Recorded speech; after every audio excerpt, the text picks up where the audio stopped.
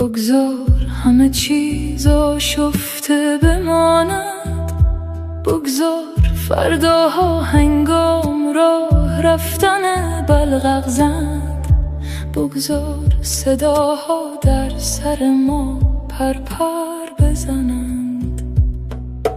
تو بمان در نامه های بسته، بمان در آرزوهایی که به آب سپرده شدن،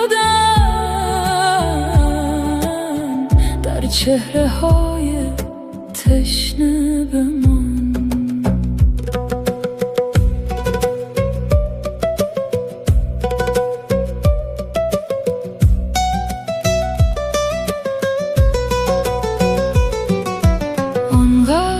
زخمیام عشق که حتی نمیتوانم بخندم، بگذار چرک ها جاری شوند، بگذار عمق‌ها در معناهای سطحی جستجو شوند، بگذار سایه ها ما رو لو بدهند.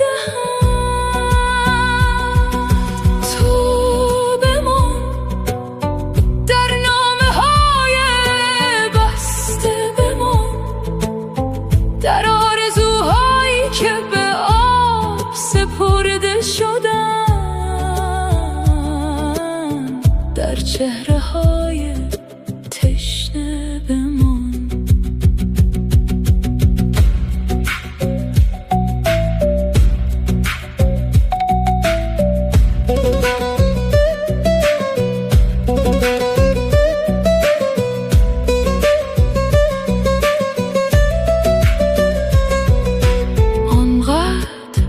شدم عشق که دیگر نمیتوانم خودم را پیدا کنم، بگذار چراغا در روز روشن بمانند، بگذار مکانها سراغ ما را بگیرند، بگذار مردهمان در راه زندگان باقی بمانند.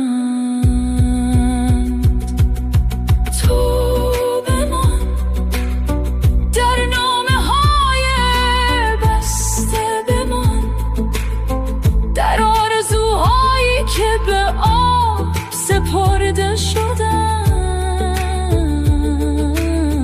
در چهره های تشنه